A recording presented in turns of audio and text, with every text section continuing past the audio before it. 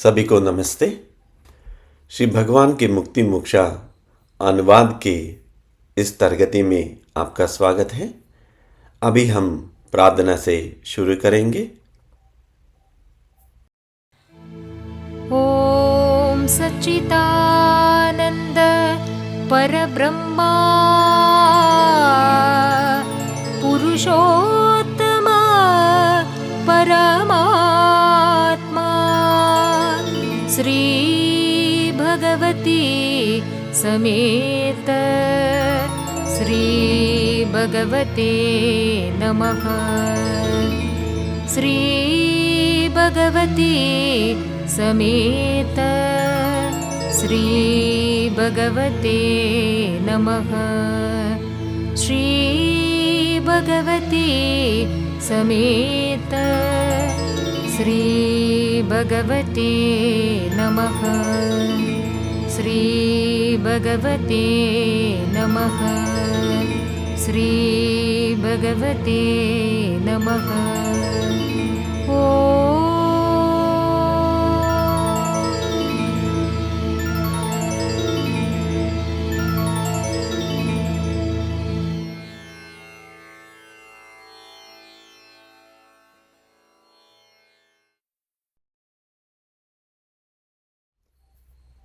जय बोलो श्री परमज्योति अम्मा भगवान की जय। पहला प्रश्न, प्रिय श्री भगवान, इस कार्य का उद्देश्य क्या है? श्री भगवान ऐसे कह रहे हैं कि यह कार्य स्वर्ण युग लाने के लिए है। स्वर्ण युग क्या है? इस स्वर्ण युग में लोग ईश्वर के साथ चलेंगे और ईश्वर से बात करेंगे। यही स्वर्ण युग है। यही इस कार्य का संकल्प है।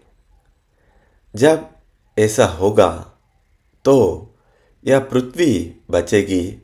सभी प्राणी, चींटी से लेकर हाथी तक, घास, बड़े पेड़ों तक सभी को मदद मिलेगी। मनुष्य इस स्तर तक आगे बढ़ सकता है और सभी प्रकार के जीवन की मदद की जाएगी। यही स्वर्ण युग है। चैतन्य में इस परिवर्तन के परिणाम स्वरूप जो जानवर मांसाहारी है वे भी शाकाहारी बन जाएंगे। जब आप ईश्वर के साथ चलेंगे और ईश्वर से बात करेंगे तो आपका पूरा चैतन्य बदल जाएगा। आप पहले जैसे नहीं रहेंगे। तो यही हम करने का प्रयास कर रहे हैं। अब हम यह कैसे करेंगे? बोलने के लिए बहुत आसान है, लेकिन फिर हम यह कैसे करेंगे? इसके लिए जब हम मरते हैं तो क्या होता है इसकी पता चलना चाहिए। जब आप मरते हैं तो आप परम ज्योति के सामने खड़े होते हैं और आपको लाइफ रिव्यू होता है। माने जो जीवन आप धरती पर जिया है उसका पूरा एक एक करके आपको दिखाया जाता है और फिर यहाँ तय किया जाता है कि आप कहाँ जाएंगे। आप पृथ्वी पर वापस आएंगे या आप किसी दूसरे ग्रह या दूसरे लोक में जाएंगे या आप परम ज्योति में जाएंगे। मान लीजिए कि आप अपने ईश्वर, अपने कुलदेवता या अपने इष्ट देव की पूजा करते आए हैं तो आप परम ज्योति में चले जाएंगे। मान लीजिए कि आप बौद्ध है या आप अद्वैतीवादी है, आदि शंकराचार्य के फॉलोअर है। अब जब आप उस प्रकाश को देखते हैं, आप जानते हैं कि वह प्रकाश कैसा दिखेगा। ये काफ़ी बड़ा है, लेकिन जितना अधिक प्रकाश होगा उतना ही अधिक शून्य होगा। आप उसे अनास्तित्व कह सकते हैं और प्रकाश को अस्तित्व कह सकते हैं। ये दोनों एक दूसरे के विपरीत है, लेकिन उस शून्य में आपको ये प्रकाश मिलेगा। अब जो लोग ईश्वर की पूजा करते रहे हैं और उनके अपने इष्टदेव या कुलदेवता थे, वे प्रकाश में जाने की संभावना रखते हैं।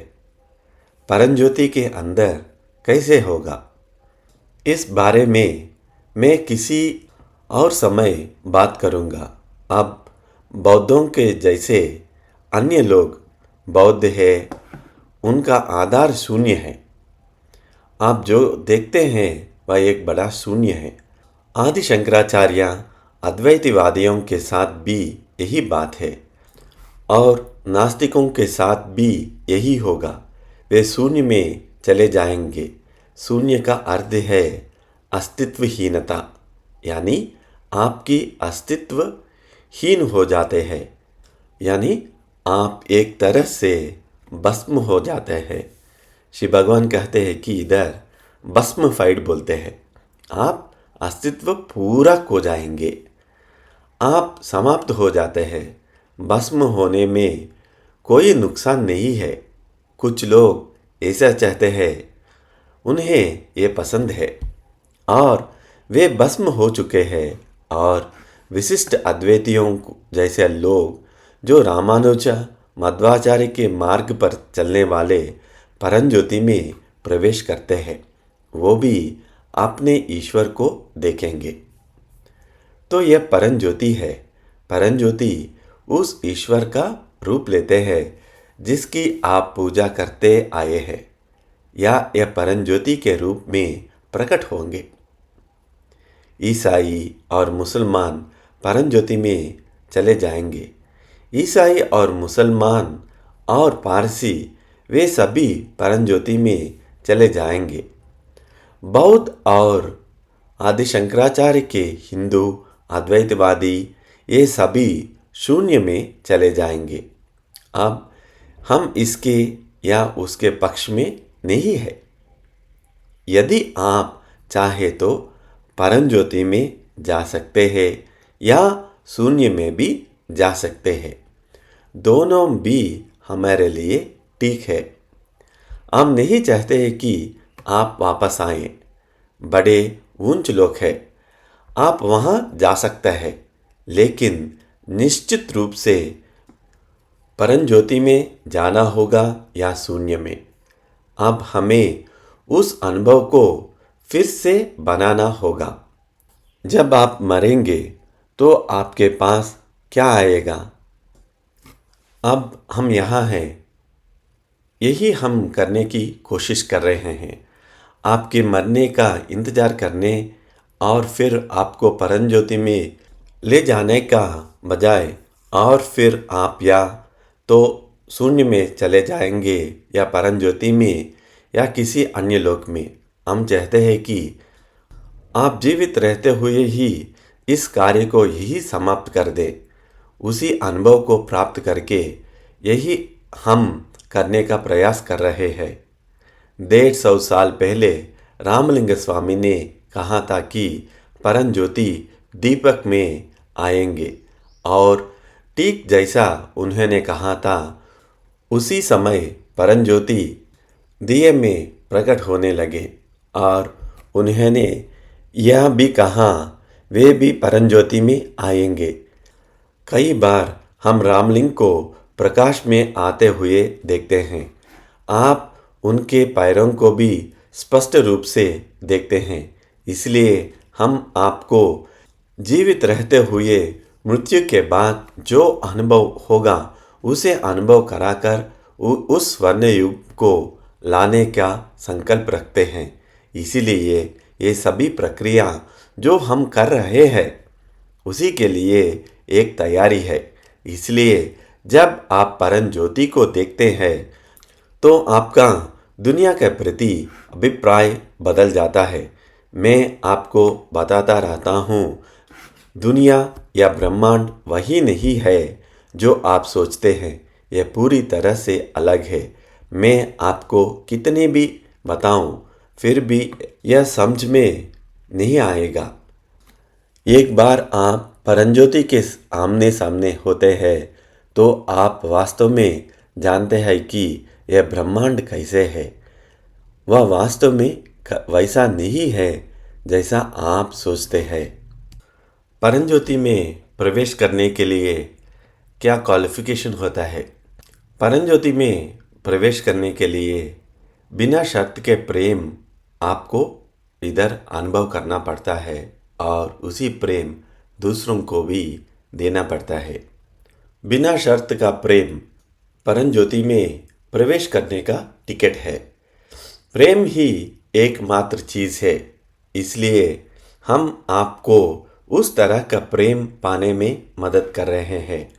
इस तरह के प्रेम का अनुभव करें, अपने परिवार के सदस्यों से शुरू करके फिर बड़े समूह में हैं, अंत में जानवरों और यहाँ तक कि पौधों तक पहुँचे।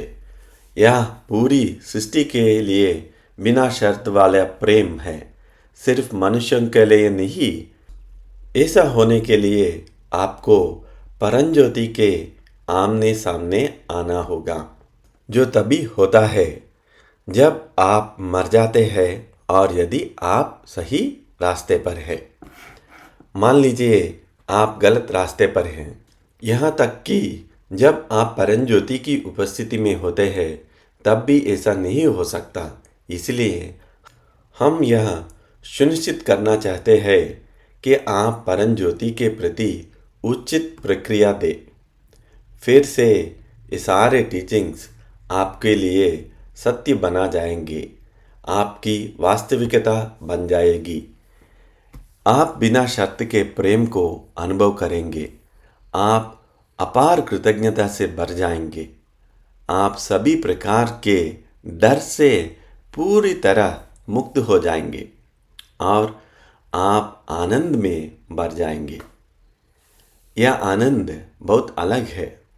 तो यह सब कुछ आपके साथ होता है। यही मानव जीवन का उद्देश्य है। दुर्भाग्य से यह एक समय पर पृथ्वी पर था। यह कई कारणों पर निर्भर करता है, लेकिन यह चला गया है। अब हम बड़े स्तर पर वापस आएगा, इसलिए हमें आपको इसके लिए तैयार करना होगा। आपके मरने का इंतजार नहीं करना होगा। यह कैसे भी होगा, लेकिन फिर पृथ्वी पर कोई स्वर्णयुग नहीं होगा।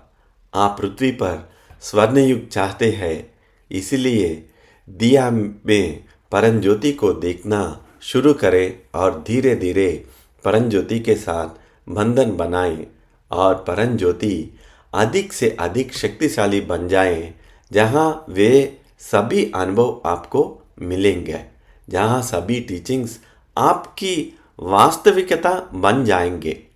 आपको वास्तविकता के बारे में कई जानकारी नहीं है।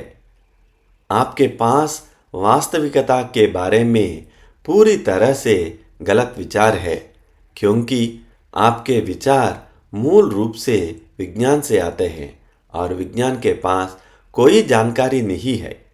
इसलिए आप बहुत सारी गलत चीज़ों से भरे हुए हैं।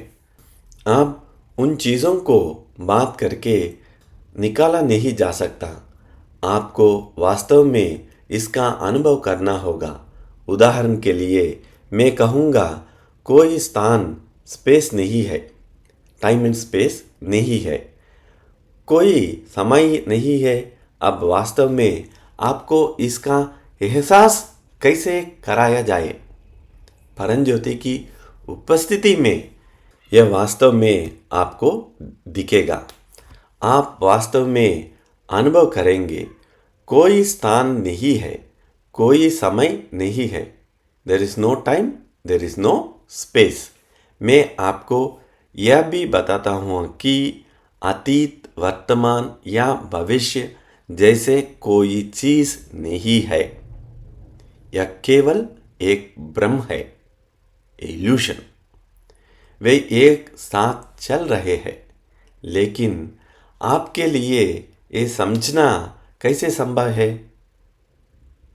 परमज्योति की उपस्थिति में आप देखेंगे कि अतीत, वर्तमान और भविष्य एक साथ चल रहा है। आप अपने पिछले जन्मों को देख सकते हैं। आप भविष्य के जन्मों को देख सकते हैं। अगर इस पृथ्वी पर आपके लिए कोई भविष्य का जीवन नहीं होगा, क्योंकि अगर यह वहाँ है तो यह भी साथ में चल रहा है। आप सभी केवल वर्तमान में हैं। सब बदल जाता है और केवल इतना ही नहीं, आप देखेंगे कि आपके पिछले जन्म में क्या थे, आपके कितने पिता थे, आपकी कितनी माताएं थी और कैसे आप कभी महिला थे, कभी पुरुष थे, ये सब आप देखेंगे। यह सब बिल्कुल अलग है। आपकी कितनी पत्नियां थी, आपके कितने पति थे, आपके कितने बच्चे थे, यह सब एक नाटक है। और आप अब वही अनुभव कर सकते हैं जो आपने 1000 साल पहले अनुभव किया था, क्योंकि समय नहीं है। समय वास्तव में एक ठहराव है। वे सभी एक ही समय में है। तो आप वास्तव में मान लीजिए 10,000 साल पहले चले जाएंगे, जब आप एक शिकारी थे। आप इसका अनुभव कर सकते हैं। आप 2000 साल आगे बढ़ सकते हैं और आप देख सकते हैं कि यह कैसा है। यदि आप पुनर्जन्म लेने जा रहे हैं तो आप इसे भी वहाँ देख सकते हैं। लेकिन आप एक विजिटर के रूप में भी आ सकते हैं, तो आपका पूरा दृष्टिकोण बदल जाता है और आप अंततः जान लेते हैं कि वहाँ केवल प्रेम है, वहाँ कुछ और नहीं है। वहाँ कोई तुम नहीं है, मैं नहीं हूँ। इस तरह की सारी बकवास गायब हो जाएगी। यही वह माया है जिसमें आप फंस गया है। और आप अपने दुख के लिए क्या करेंगे, चाहे वह शारीरिक दुख हो या मानसिक दुख हो या आध्यात्मिक दुख, ये तीनों पूरी तरह से हर समय एक जैसा होंगे। दुख है। दुख को समाप्त करने के लिए हमें आपको परमज्योति के आमने सामने लाना होगा।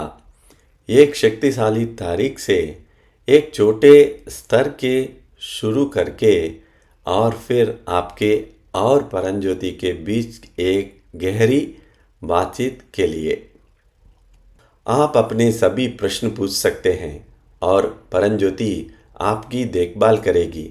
आप फिर कभी पहले जैसे व्यक्ति नहीं रहेंगे। वह चला गया है। आप मूल रूप से एक बेकार व्यक्ति थे, यह चला गया है। आप अपने अंदर देख सकते हैं। आप अपने अंदर का सारा कचरा देख सकते हैं। ये सब आपके अंदर है। यह आपके चेतन मन में है।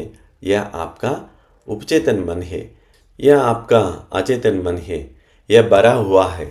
तो आपको परमज्योति के बहुत बहुत करीब आमने सामने लाने के लिए कितना समय लगता है? आपके सभी विचार, आपके अभिप्राय, सब कुछ क्लीन हो गया है, साफ और शुद्ध हो गया है। तब आपको पता चलता है कि जीना क्या है। यह सब एक तरह की बातचीत है, कुछ तरह के छोटे अनुभव है। अंतिम बात आपको वहाँ पहुँचना है। अब अगर हम 81,000 लोगों के लिए ऐसा कर सके तो बहुत से लोग अब उस लक्ष्य के करीब पहुँच रहे हैं।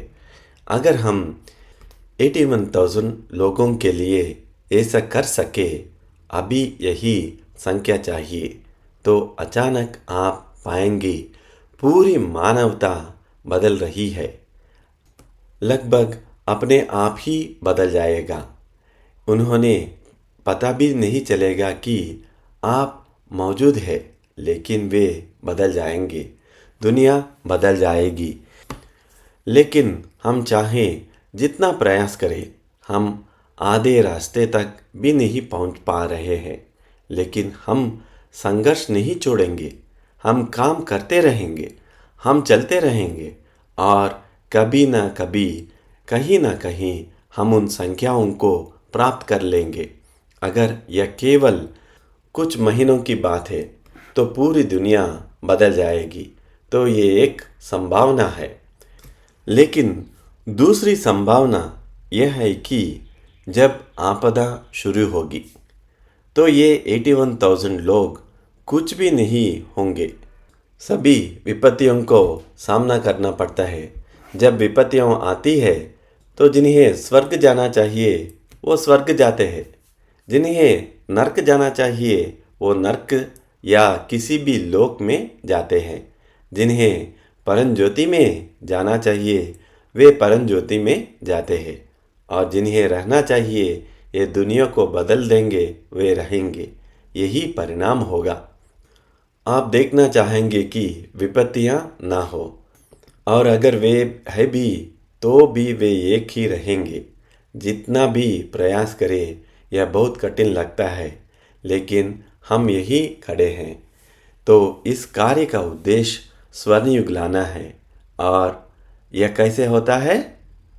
हम आपको परम ज्योति के आमने सामने लेकर होता है। यह आपको ईश्वर के आमने सामने लाकर होता है। और हम इस ईश्वर की बात कर रहे हैं, वो है परम ज्योति। जय बोलो ज्ञान प्रदाता श्री परम ज्योति अम्मा भगवान की जय। इसे पहला प्रश्न का उत्तर समाप्त होते हैं। हम अभी दूसरे प्रश्न में जाएंगे। प्रिय श्री भगवान, हम जानते हैं कि मिस्टिक्स लोग अतीत और भविष्य के साथ साथ अन्य लोक में भी यात्रा कर सकते हैं। क्या भविष्य में विज्ञान की सहायता से ऐसे करना संभव होगा? श्री भगवान ऐसे समाधान देते हैं कि हमारे पास ऐसा रहस्यवादी मिस्टिक्स है जो आज भी जीवित है। खास तौर पर दक्षिण में, जो पिछले 1000 साल, 100 साल, 2 साल अतीत में जाकर देख सकते हैं कि वहाँ क्या हुआ और कौन था। वे भविष्य में भी जा सकते हैं कि 100 साल, 1000 साल, 3 साल के बाद क्या होगा। वे ऐसा भी देख सकते हैं। वे दूसरे लोक में भी जा सकते हैं। इतने सारे लोक हैं। अब सवाल यह है कि विज्ञान और टेक्नोलॉजी भविष्य में हमारी मदद करेंगे। इसका उत्तर हाँ। जब आप अतीत या भविष्य में कैसे जाते हैं? यदि आप वीडियो देखें तो गायब होने और कहीं और प्रकट होने के वीडियो है। अब आप देखेंगे कि इसमें क्या किया जा रहा है। वे वास्तव में श्वास पर काम करेंगे। श्वास भी चाबी है जहाँ कंपन बदलते हैं। और ये ब्रह्मांड क्या है? यह एक कंपन के अलावा कुछ नहीं है। वाइब्रेशंस, अलग अलग कंपन। तो ये एक विशेष प्रकार का कंपन सोना है, और एक तरह का कंपन मिट्टी है, और एक तरह का कंपन हाथी है, और एक तरह का कंपन सांप है। तो सब कुछ कंपन पर निर्भर करता है। उनका अपने श्वास पर इतना नियंत्रण होगा कि वे अपने कंपन को बदल देंगे। एक खास तरह का कंपन उन्हें अतीत में ले जाएंगे। पृथ्वी 1000 साल पहले जैसे थी, वे लगभग तुरंत ही वहाँ जा सकते हैं। कंपन बदले, वह भविष्य में चले जाएंगे। कंपन बदले, आप किसी दूसरे लोक में जा सकते हैं। यह अंततः कंपन पर निर्भर करता है। तो मान लीजिए कि आपके पास एक वस्तु है, और यदि आप उस वस्तु के कंपन को बदलते हैं तो वह अतीत या भविष्य का किसी अन्य लोक में गायब हो सकती है। बहुत साल पहले दासस के लिए विशेष प्रक्रिया थी। हमने वास्तव में वस्तुओं को अलग लोक में गायब होते देखा है। उदाहरण के लिए सोमा दूसरे लोक से डाउनलोड किया गया है। इसे कहीं भी ले जाया जा सकता है। आप इस लोक में जा सकते हैं, उस लोक में आप अतीत में जा सकते हैं, भविष्य में जा सकते हैं। यह हो सकता है तो वस्तुओं को ले जाया सकता है। इसलिए ब्रिटिश लोगों के द्वारा जोशी नामक लोगों के एक विशेष समूह के प्रदर्शन किया गया है। खुद को इस तरह से ले जाना, कभी कभी एक टाइगर के साथ, इन सब का सबूत है। कल वे कोई वाहन बनाने में सक्षम हो सकते हैं। मान लीजिए कि एक अंतरिक्ष यान है, जहां अगर आप अंतरिक्ष यान के कंपन को बदल सकते हैं। मान लीजिए कि आप उस अंतरिक्ष यान में बैठते हैं तो आपको कंपन भी बदल जाएंगे। अंतरिक्ष यान अतीत में जा सकता है या भविष्य में जा सकता है। इसलिए विज्ञान के लिए भविष्य में वहां पहुंचना संभव है, लेकिन यही तकनीक है। आपको कंपन को बदलना होगा। अगर आप ऐसा करते हैं तो आप पीछे चले जाएंगे। कंपन को कैसे बदला जाए, इस बारे में मैं अभी बात नहीं करने जा रहा हूँ।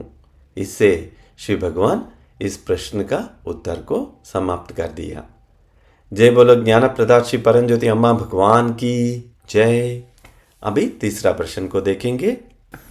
भगवान, यूएफओ क्या है? Unidentified flying objects. श्री भगवान ने ऐसा समाधान दिया है। यूएफओ को आप सभी जानते हैं कि अज्ञात उड़ने वाले वस्तुएं कहा जाता है। अनआइडेंटिफाइड फ्लाइंग ऑब्जेक्ट्स, इनमें से बहुत से यूएफओ बस किसी तरह के गैस बैलून या किसी अंतरिक्ष यान की टूट गए वस्तुएं और किसी तरह की एरोप्लेन, ये यूएफओ जैसे दिखते हैं।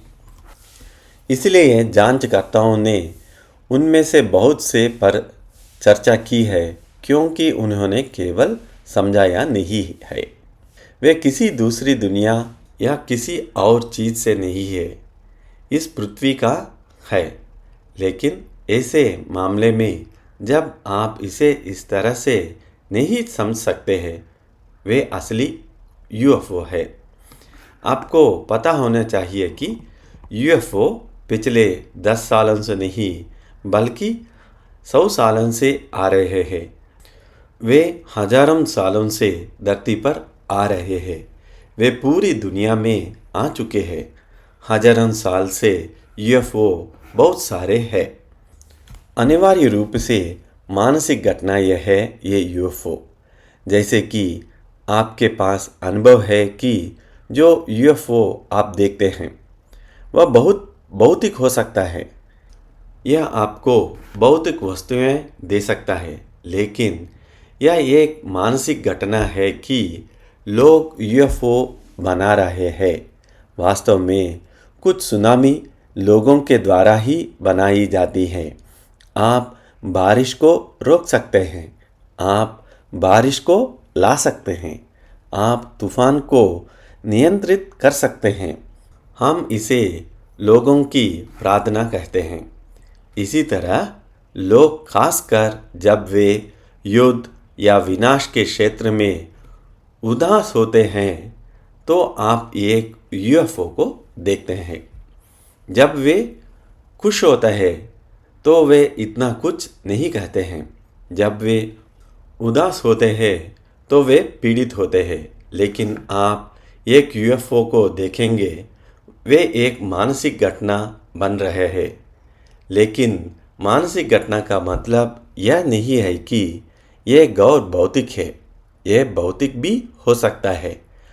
यह आपको ऐसी वस्तुएं दे सकते हैं जो वास्तविक है। वह सब वहाँ है। अनिवार्य रूप में हम जिस यूएफओ के बारे में बात कर रहे हैं वह दूसरे डायमेंशन के लोग हैं। भविष्य में आए लोग खास तौर पर भविष्य से अपने अतीत को दौरा कर रहे हैं। वे यूएफओ वाले जो नीचे आ रहे हैं वे भविष्य से नीचे आए हैं। मैंने आपको बताया अतीत और भविष्य एक ही हैं। वे एक ही समय पर दौड़ रहा है, इसलिए वे कूद रहे हैं। वे कैसे कूदते हैं? उनके यूएफओ, उनके अंतरिक्ष यान अलग अलग तरीके से कंपन कर रहे हैं, इसलिए वे उस तक पहुंच रहे हैं और वे अतीत में जानना चाहते हैं। हम अतीत है, इसलिए वे हमारी ओर नीचे आ रहे हैं और क्योंकि उनका कंपन अलग है, उनकी गति लगभग अनंत है। वे बस एक पल में गायब हो सकता है। आप उन्हें वहाँ देखते हैं। आप बस उनके पास जाते हैं, वो बस गायब हो जाते हैं। वे तुरंत गायब हो सकता है। इसमें गति शामिल है या यात्रा का सामान्य तरीका नहीं है। एक कंपन का परिवर्तन है, बस इतना ही है। वे आपके भविष्य से आते हैं। वे आपके भविष्य से अपने अतीत में जंप कर रहा है। उनका अतीत हम है। वे भविष्य से आ रहे हैं। वे बस आ रहे हैं कि वे अतीत देखना चाहते हैं। यही कारण है कि अधिकांश यूएफओ ऐसे ही होते हैं। कल हम भी उस तरह का निर्माण कर सकते हैं जो विज्ञान हमें निर्माण करने में मदद कर सकता है। फिर हम भी अतीत की ओर यात्रा कर सकते हैं। हम भविष्य में भी जा सकते हैं। किसी भी तरह से आप जा सकते हैं और हम ऊपर से कूद सकते हैं। आप वास्तव में नरक की यात्रा कर सकते हैं। आप स्वर्ग की यात्रा कर सकते हैं। यह भी संभव है क्योंकि अंततः अनुभव भौतिक है। भले ही एक ब्रह्म है, सब कुछ एक ब्रह्म है, यहाँ तक कि यह पृथ्वी भी एक ब्रह्म है। आप एक ब्रह्म है और मैं एक ब्रह्म हूँ। फिर अनुभव भौतिक है। सब कुछ ब्रह्म है तो अनुभव भौतिक है। इससे शिव भगवान ने इस प्रश्न का समाधान पूरी कर दिया है।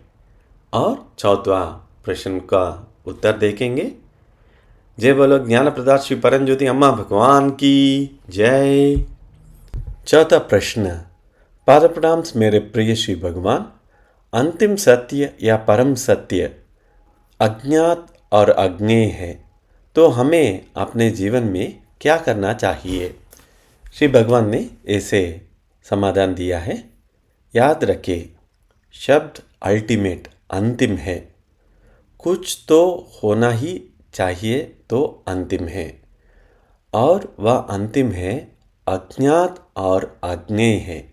तो आपको इससे क्या लेना देना है? आपको इससे कोई लेना देना नहीं है। इसलिए इसे सरल शब्दों में मैं कहें, अपना काम करें। ज्ञात और जानने का योग्य से ही सब कुछ है। आप अपनी पत्नी को जानते हैं, आप अपने पति को जानते हैं, आप अपने बच्चों को जानते हैं, आप अपनी नौकरी को जानते हैं, आप पैसे को जानते हैं, आप अपने भोजन को जानते हैं। ये सब वहाँ है, बस इतना ही आप जानते हैं। आप और क्या जानते हैं? क्या आप अन्य लोगों को जानते हैं? नहीं। आप अज्ञात के बारे में कैसे भी जानने की कोशिश करें, शब्द ही अज्ञात है, अननोन। इसे बहुत स्पष्ट करने के लिए हमने कहा है कि मैं कल इसके बारे में जानूंगा। आपको इस तरह नहीं सोचना चाहिए, ये अज्ञेय है, अननोबल। इसलिए आपको इससे कोई लेना देना नहीं है। आपको शांत और स्थिर होना चाहिए। अन्यथा आप जानना चाहते हैं कि मैं वहाँ क्या पहुँचना चाहता हूँ। आप कभी भी चुप नहीं रख सकते। आपको समझना चाहिए कि आप इसके बारे में कुछ कर सकते हैं। आप अपने समय को क्यों बर्बाद कर रहे हैं? अपना पैसे कमाओ, अच्छा खाना खाओ, मजा करो, अच्छा परिवार बनाओ, दोस्त और रिश्तेदार बनाओ, बस व्यवहारिक और यथार्थवादी बनो। अपनी नाक को नियंत्रित करने, उस तरह से सांस लेने और अपनी आंखों के बीच ध्यान लगाए तो आप बॉडी स्टिफ हो जाएगी। इससे आप दुनिया में क्या करेंगे? आप इस दुनिया की सारी खूबसूरत चीज़ों से वंचित रह जाएंगी। यह दुनिया बहुत बहुत खूबसूरत है और आज हमारे पास खाने की कई वैराइटीज़ है। आप उन सब का आनंद ले सकते हैं। श्री भगवान ने कह रहे हैं कि जंक फूड को अवॉइड कर लो। इतने सारे तरीकों से तुम खुश और ठीक रह सकते हैं और आजकल पैसे कमाना बहुत आसान है। आपको बस थोड़ा कॉमन सेंस होना चाहिए। आप धन कमा सकते हैं, थोड़ा कॉमन सेंस होना चाहिए बस। पैसे कमाना मुश्किल नहीं है। तुम जानते हो कि सुख दुर्लभ है। यह तुम्हारी वास्तविकता है, यह तुम्हारा सत्य है, यह वास्तव में तुम्हारा परम सत्य है। आप यह सब भूल जाओ और कुछ और करो। आप हिमालय जा सकते हैं। आप बहुत लोगों को अपनी सांस को नियंत्रित करते और मूर्तियों की तरह बैठते हुए देखेंगे। उन्हें क्या मिलता है? उन्हें सिद्धियाँ मिलते हैं, बस इतना ही है। उनमें कई सैकड़ों सिद्धियाँ हैं। अगर नहीं तो सिद्धि कुछ दुर्लभ नहीं है, कुछ असाधारण नहीं है। आप वहाँ जाओ, वहाँ वो पाएंगे। तुम सिद्धरमलई के पास जाओ, आप उन्हें पाएंगे। कई जगह पर आप उन्हें पाएंगे, लेकिन इसका क्या फ़ायदा है? असली जीवन यही है। इसलिए हम आपको बता रहे हैं कि अंतिम सत्य अज्ञात और अज्ञेय है। जय बोलो ज्ञान प्रदात श्री परमज्योति अम्मा भगवान की जय। अभी हम 5वां प्रश्न देखेंगे। प्रिय श्री भगवान ने कहा कि अंतिम सत्य अज्ञात एवं अज्ञेय है। श्री भगवान का समाधान। मैंने अज्ञात और अज्ञेय के बारे में बात की ताकि तुम शांत हो जाए। आप शांत हो जाओ, लेकिन जितना मैं इसके बारे में बोलता हूँ उतना ही आप अज्ञात और अज्ञेय के बारे में जुनूनी हो जाते हो। देखो, ये अज्ञात और अज्ञेय है क्योंकि आप केवल विचार के माध्यम से ही जान सकते हो और विचार वहाँ काम नहीं कर सकता है जहाँ कोई स्पेस एंड टाइम नहीं हो। यह स्पेस एंड टाइम के विचार से बंधा हुआ है। अगर ये अज्ञात है, अगर ये अंतिम है, तो इसे स्पेस एंड टाइम से परे होना चाहिए। स्थान और समय स्पेस एंड टाइम से परे होना चाहिए। स्थान के भीतर की कोई भी चीज़ जो स्पेस एंड टाइम के भीतर है, उसके पास उससे पहले कुछ और करने के लिए होगा। इसलिए ये अंतिम सत्य नहीं हो सकता। अगर इसे अंतिम होना है तो इसे टाइम एंड स्पेस से परे होना चाहिए। अगर कुछ स्थान और समय से परे है तो विचार इसे समझ नहीं सकता। विचार को समझने जानने के लिए हमेशा समय और स्थान की आवश्यकता होती है। लेकिन अगर यह अंतिम है तो इसे समय और स्थान से परे होना चाहिए। इसलिए कोई रास्ता नहीं है। आप इसे कहीं भी उसके आसपास रख सकते हैं क्योंकि आपको समझने के लिए विचार की आवश्यकता है, लेकिन यह विचार टाइम एंड स्पेस से परे है।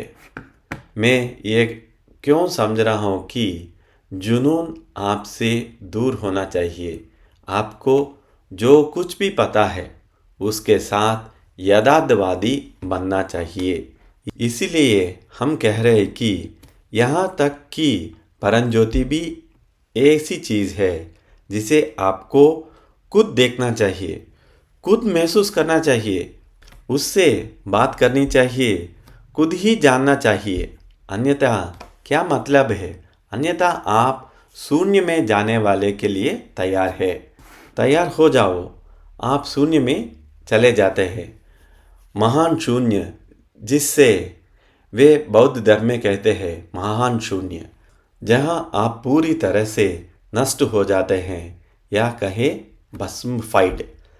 इसका मतलब है कि आप अज्ञात और अज्ञात में भस्मफाइड हो जाते हैं, आपका अस्तित्व समाप्त हो जाते हैं। आप इसे चुन सकते हैं, बौद्ध इसे चुनते हैं। आपको इस शून्य का प्रतीक बौद्ध मंदिर में मिलेगा। पगोड़ा बोलते हैं, आपको उधर शून्य मिलेगा, वो शून्य का प्रतीक है। बुद्ध क्या करने की कोशिश कर रहे थे? वह यह पता लगाने की कोशिश कर रहे थे कि अंतिम सत्य क्या है, और उन्होंने पाया कि अंतिम सत्य अज्ञात है। इसलिए उन्होंने वहाँ शून्य में रखा और वो शून्य में चले गए। इसीलिए जो बुद्ध आप देखेंगे वो बुद्ध नहीं है, यह परंज्योति है जो आपके लिए बुद्ध के रूप में प्रकट होता है। उसे भस्मीफाइड किया गया है। आप जिस कृष्ण से मिलेंगे, आप जिस राम से मिलेंगे, आप जिस गोविंदा से मिलेंगे, ये सभी ऐसे लोग हैं जिनके लिए परंज्योति इस तरह प्रकट होते हैं। अवश्य ही वे सभी भस्मीफाइड हो गए, लेकिन परंज्योति उस रूप में प्रकट होते हैं। जय बोलो ज्ञान प्रदा श्री परंज्योति अम्मा भगवान की जय। अभी 6th क्वेश्चन। डियर श्री भगवान, ऐसा लगता है कि अतीत या भविष्य है, वर्तमान कहाँ है? श्री भगवान ने ऐसा समाधान दिया है, यह वही है जो बहुत से लोगों को परेशान कर रहा है।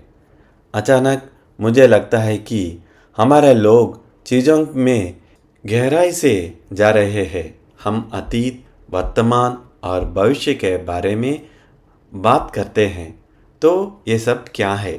यह मूल रूप से अतीत है जो वर्तमान से भविष्य में बहता है।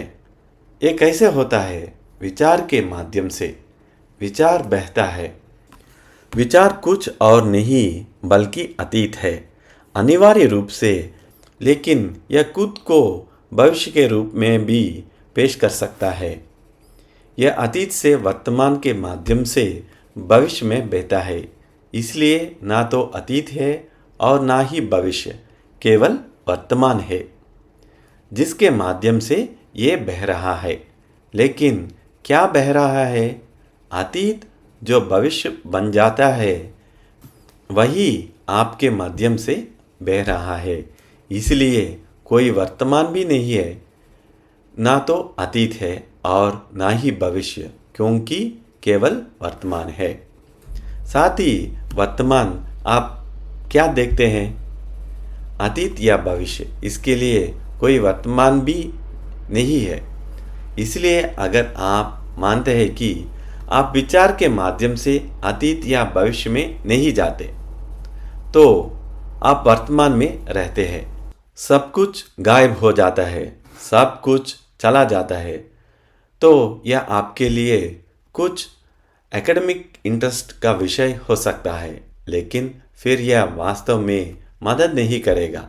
वास्तविक स्वास्थ्य का मतलब आपका हृदय विकसित होना चाहिए, ये प्रेम से भरा होना चाहिए और इस ब्रह्मांड की समझ होनी चाहिए, और यह केवल परंज्योति ही आपके लिए कर सकती है। यह ईश्वर के साथ आमने सामना होना है। यह कार्य आपको आप और ईश्वर के आमने सामने लाने के बारे में है। अन्यतः सब कुछ निश्चित रूप से है। वहाँ है कुछ अच्छे विचार, कुछ अच्छे संस्कार इस और उसके बीच में, लेकिन वास्तविक रूप से इसका कोई उपयोग नहीं है। जय बोलो ज्ञानप्रदा श्री परमज्योति अम्मा भगवान की जय। 7th क्वेश्चन, प्रिय श्री भगवान, सोम लेने की विधि क्या है? श्री भगवान ने ऐसा समाधान दिया है, सोम लेने के लिए पहले कुछ मिनटों के लिए आपको खुद को देखने की सीखना होगा। आपको पहले से ही इस कला में मास्टर होना चाहिए। लोग खुद को नहीं देखते हैं, वे हर समय केवल बाहर की ओर देखते रहते हैं, लेकिन आपके मन के अंदर क्या हो रहा है?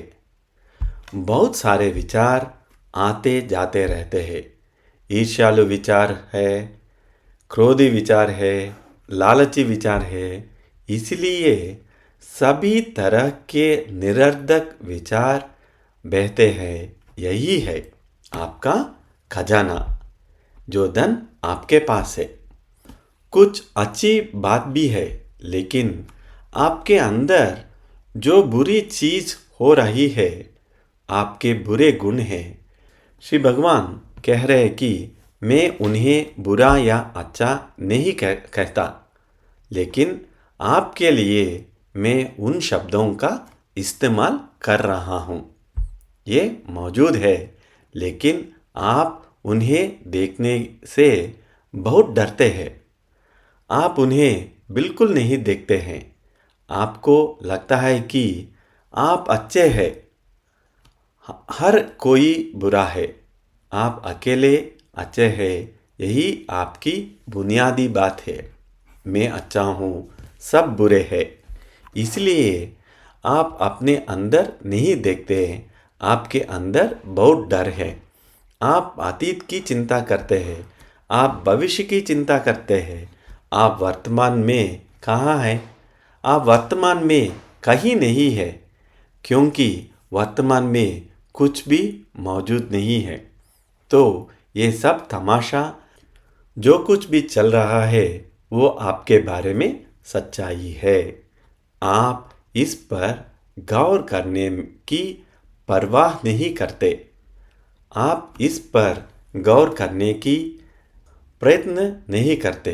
लेकिन अगर आप असली आध्यात्मिक शक्ति पाना चाहते हैं, तो आपको यह देखना सीखना होगा कि वहाँ क्या हो रहा है, ना कि वहाँ क्यों हो रहा है इस पर टिप्पणी करना। बस देखो वहाँ क्या है। कोई ईर्ष्यालु विचार है, कोई आपके पड़ोसी ने एक अच्छी कार खरीदी है, आप उससे ईर्ष्या कर रहे हैं, उस पर गौर करो। किसी ने एक अच्छा घर खरीदा है और वह आकर आपसे कह रहा है, मैंने एक अच्छा घर खरीदा है, कृपया मेरा घर देखो। आप कहते हैं कि अरे बहुत बढ़िया है, बहुत बढ़िया है, मैं खुश हूँ। लेकिन अंदर ही अंदर ईर्ष्या में भरे हुए है कि आपके पास ऐसा घर नहीं है। अगर ऐसा है तो बस उसे देख लो।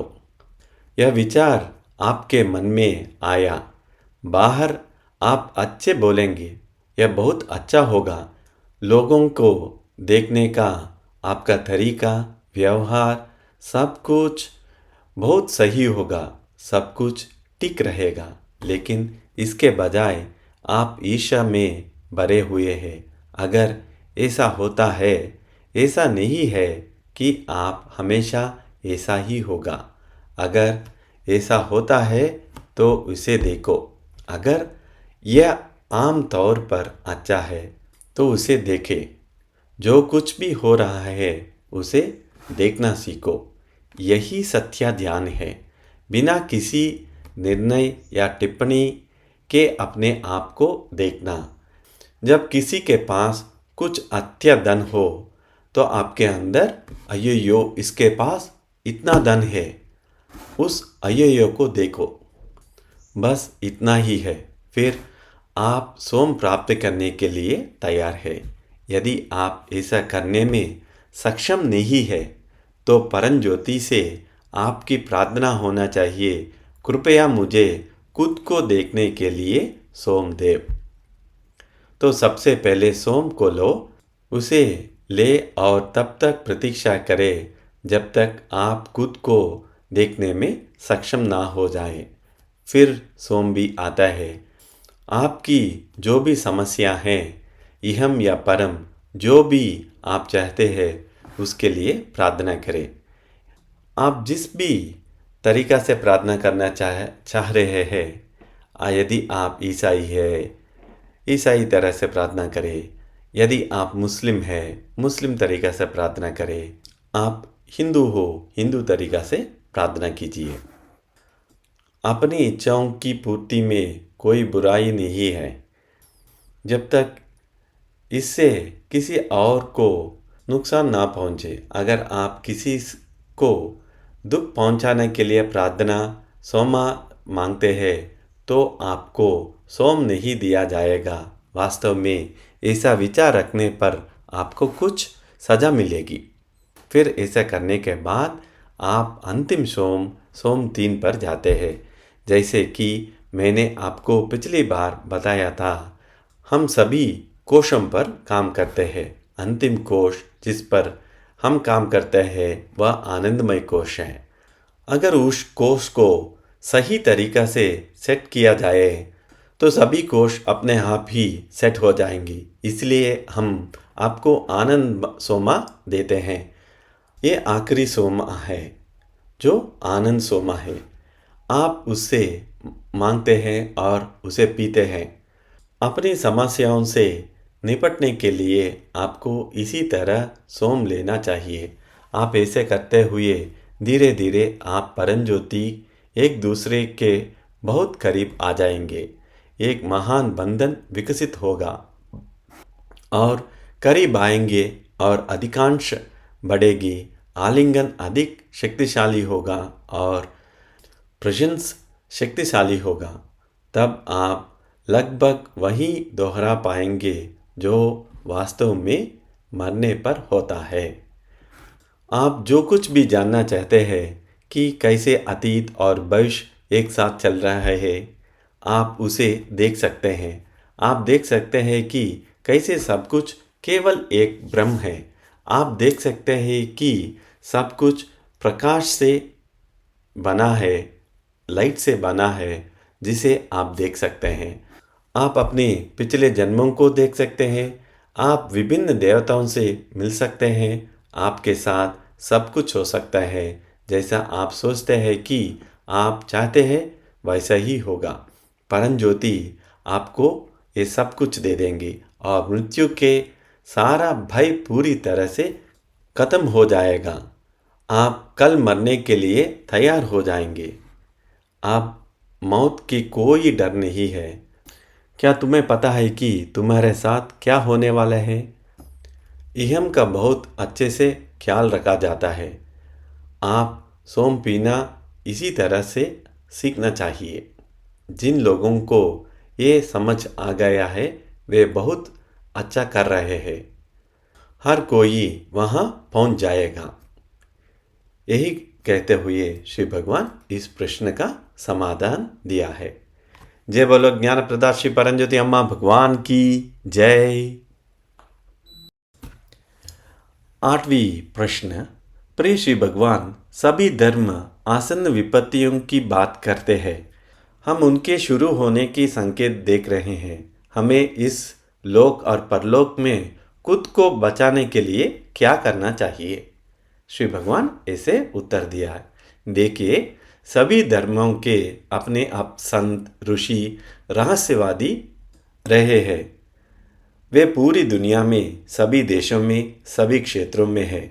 वे वहाँ और उनमें अधिकांश में भविष्य में जाने और देखने की क्षमता है। इसलिए उन्होंने देखा है कि क्या हो रहा है और एक बार जब आप देखते हैं और इसके बारे में बात करते हैं तो हम किसी तरह से इसे नियंत्रित भी कर सकते हैं। हम ऐसे कैसे कर सकते हैं? यह कुछ और है। हम भविष्य को देखेंगे। हम इसे नियंत्रित भी कर सकते हैं। अब उन्होंने हमें चेतावनी दी है क्योंकि उन्होंने इसे देखा है।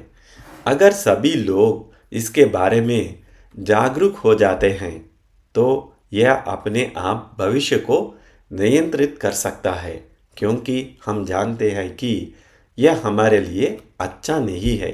इसलिए यही विचार जाकर इसे नियंत्रित कर सकता है। लेकिन फिर अगर ये 81,000 लोग इसमें कूद सकते हैं, जिस तरह की स्थिति की हम बात कर रहे हैं, वह सोम और परम करण ज्योति का उपयोग करके हम उन आपदाओं को रोकने में सक्षम हो सकते हैं। ये संभव है, लेकिन फिर ऐसा नहीं लगता है कि हम वहाँ पहुँचाने वाले हैं। लोग सिर्फ इसलिए परेशान नहीं है क्योंकि मुझे दुनिया भर से संदेश मिल रहे हैं कि आप दुनिया को बदलने की बात कर रहे हैं।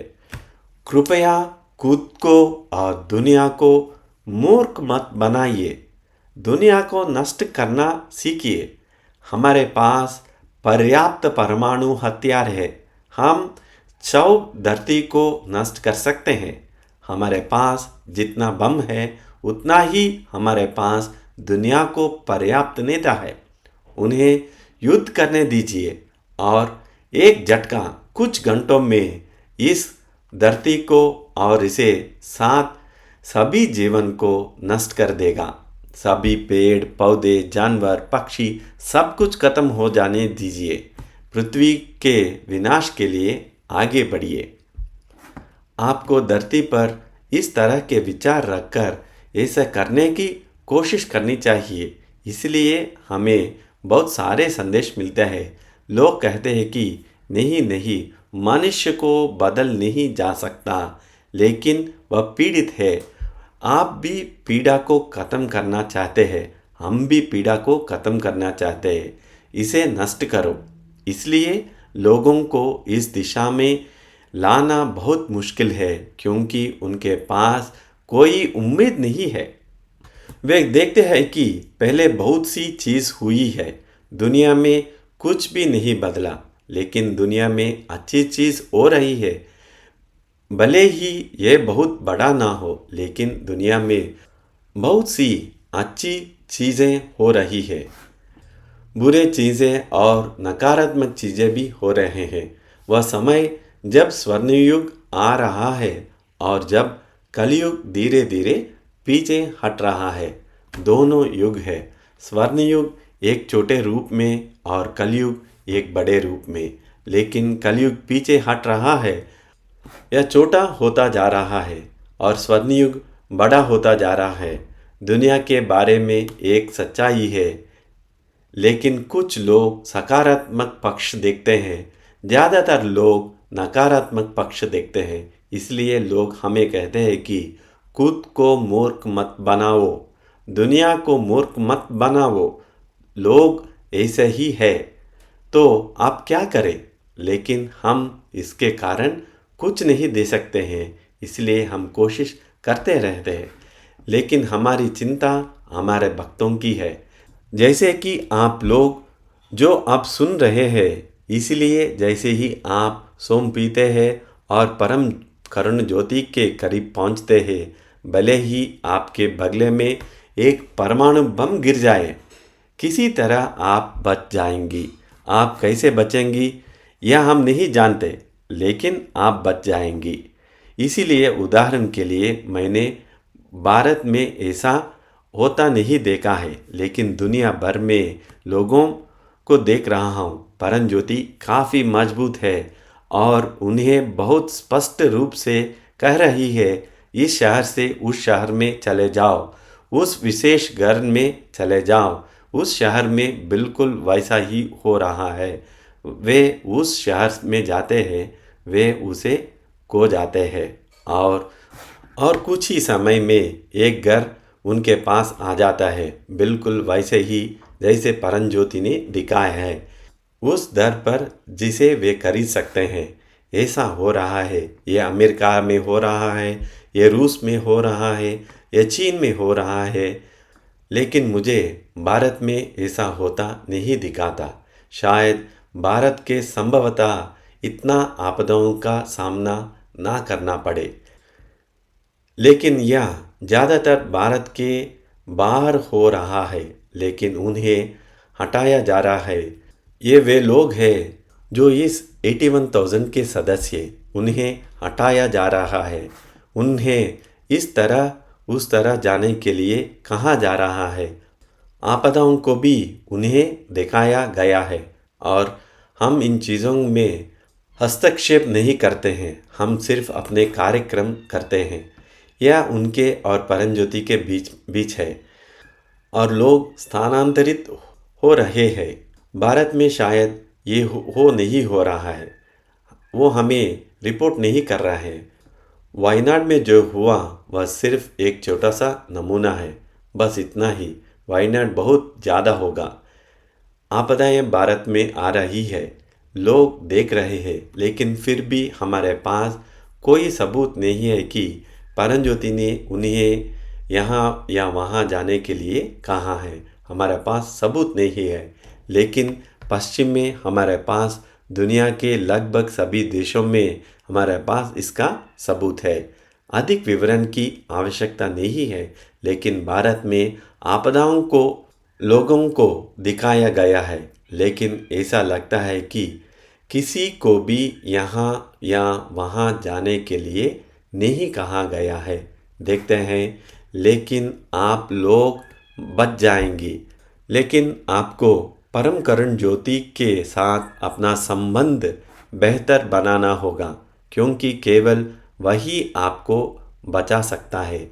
इससे पहले लगभग 10 साल पहले चीन में पत्थर पर रिकॉर्ड गया है, जहाँ परम करुण ज्योति ने उन्हें दर्शन दिया और उन्हें पूरे गांव को ही और ले जाने के लिए कहा और वे बच गया, और इसलिए उन्होंने इसे पत्थर पर लिखाया है। परम ज्योति भी हजारों साल पहले से आ रही है, इसलिए आपको इसके बारे में चिंता करने की ज़रूरत नहीं है। लेकिन आपको सोम और परम ज्योति पर ध्यान केंद्रित करना होगा। जय बोलो ज्ञानप्रदा श्री परम ज्योति अम्मा भगवान की जय। अभी अंतिम प्रश्न। प्रिय श्री भगवान, बहुत सी महान शिक्षाएं विरोधात्मक प्रतीत होती है। श्री भगवान इसे कैसे समझे? श्री भगवान ऐसे उत्तर देते हैं, देखिए, देश की संस्कृति, समय और चेतना के स्तर के आधार पर कई टीचिंग्स दी गई है, इसलिए हमारी टीचिंग्स भी उनमें कुछ अपोजिट होंगी, क्योंकि वे चेतना के विभिन्न स्तरों को दी गई है। जैसे कि मैंने अक्सर आपसे कहा है, वे आपकी चेतना के स्तर को संदर्भित करते हैं, तदनुसार उन्हें संदर्भ के अनुसार दिया गया है। तो कुछ शिक्षाएं चेतना के कुछ स्तरों में फिट होगी। मान लीजिए कि आप पूरी तरह से इहम आधारित है, उसके लिए कुछ शिक्षाएं हैं। आप बहुत परम आधारित है, उसके लिए कुछ शिक्षाएं हैं। कभी कभी आप इहम में परम टीचिंग्स डालते हैं या भ्रमक हो जाता है। यदि आप परम में इहम शिक्षा डालते हैं तो आप कंफ्यूज हो सकता है। इसलिए संदर्भ के आधार पर, स्थिति के आधार पर, आपकी चेतना के स्तर पर आपको शिक्षाओं को लागू करना चाहिए।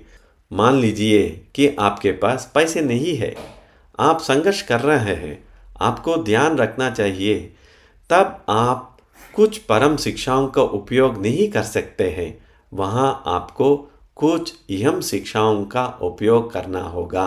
इसलिए लोग हर जगह एक ही चीज़ का उपयोग करना चाहते हैं, इसलिए अन्यथा वे विरोधाभासी साबित होते हैं। लेकिन वास्तव में कुछ भी कॉन्ट्रडिक्टरी नहीं है, लेकिन वे ऑपोजिट लग सकते हैं क्योंकि आप इसे गलत जगह पर रखे हैं।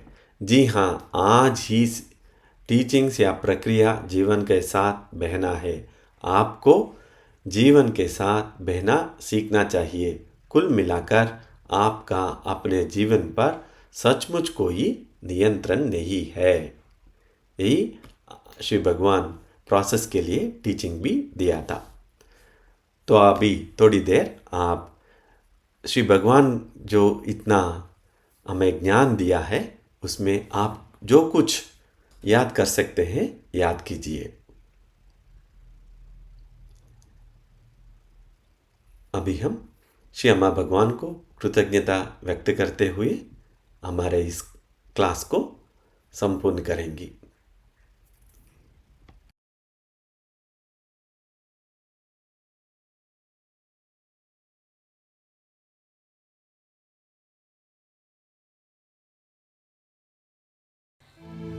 ॐ सच्चिदानन्द परब्रह्मा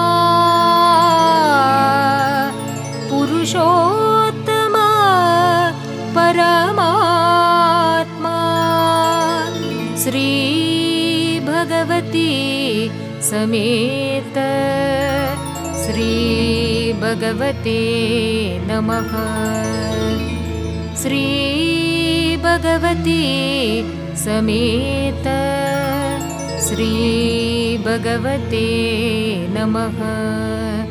श्री भगवती समेत श्री भगवते नमः। श्री भगवते नमः। श्री भगवते नमः।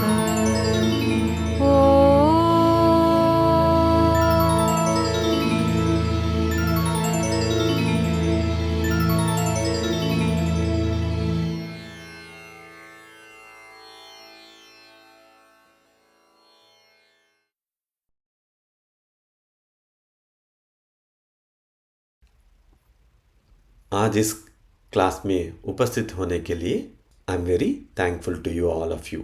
बहुत आभारी हूँ।